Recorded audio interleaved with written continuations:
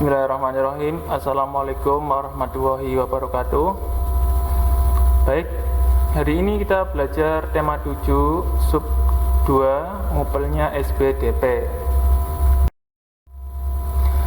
Kalian bisa buka pelajaran 2 ya. Di sini kita belajar tari kreasi berpasangan. Ya, masih ingat kemarin kita belajar apa? Kemarin di sub 1 kita belajar, atau di tema 6 kita belajar tari tunggal. Nah, saat ini kita belajar tari berpasangan. Apa itu tari kreasi berpasangan? Tari kreasi berpasangan adalah tari yang dibawakan oleh dua orang penari secara berpasangan, ya, dua orang penari. Tari berpasangan dapat dilakukan oleh pasangan penari putri dan putri, penari pasangan putra dan putra, atau penari pasangan putra dan putri. Jadi bisa sesama jenis ya, perempuan dengan perempuan, laki-laki dengan laki-laki, atau perempuan dengan laki-laki. Itu tari kreasi berpasangan. Contoh tari kreasi berpasangan ini ada tari caci. Tari caci merupakan salah satu tari berpasangan yang berasal dari Nusa Tenggara Timur ya, NTT. Tari ini tentang tradisi masyarakat Manggarai untuk menguji keberanian dan ketangkasan laki-laki dalam bertarung. Ini mungkin seperti adat ya, jadi anak laki-laki di sana itu menunjukkan bahwa dia itu berani untuk bertarung dengan tari caci. Tari ini mungkin dilakukan oleh laki-laki dan laki-laki ya, jadi sesama jenis. Kalian juga bisa lihat gambarnya itu. Nah, contoh lain dari tari berpasangan, yang pertama ada tari Serampang 12 dari Sumatera Utara, tari Cokek dari Jakarta, dan tari Zapin dari Riau. Itu contoh tari yang berpasangan.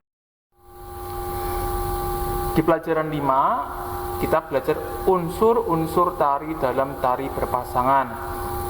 Yang pertama ya, tari ini meliputi gerakan ya. Itu pasti ya, ketika dalam sebuah tarian itu pasti ada gerakan tari. Kedua unsurnya yaitu iringan musik dalam tari ya. Ketika seorang penari menggerakkan tubuhnya, itu biasanya diiringi dengan musik. Dua, ada properti tari. Properti itu berarti perlengkapan. Di sini bisa ada mahkota, selendang, itu contoh-contoh properti. Terus cara penyampaian pesan dalam tari. Nah, ini secara tidak langsung nanti yang diambil itu maknanya lewat gerakan-gerakan yang dilakukan oleh penari. Jadi itu nanti tersampaikan pesannya.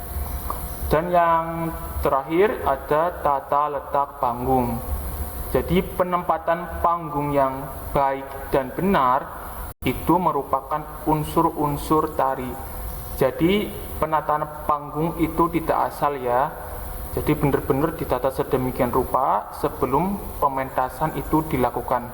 Sehingga para penonton yang menonton itu ya, selain melihat tarian yang bagus, dia pun juga merasa nyaman terhadap tempat pementasan tersebut. Nah, setiap jenis tari mempengaruhi unsur-unsur dalam tari. Ya, setiap tari itu berarti berbeda ya, berbeda kan dengan tari yang lain. Ini mempengaruhi unsur-unsurnya ya, semacam tadi kostumnya beda, itu tergantung tariannya. Unsur-unsur tari merupakan kesatuan dalam tari sehingga menciptakan tari yang indah. Tadi ya, unsur-unsurnya tadi di slide sebelumnya, ini merupakan satu kesatuan.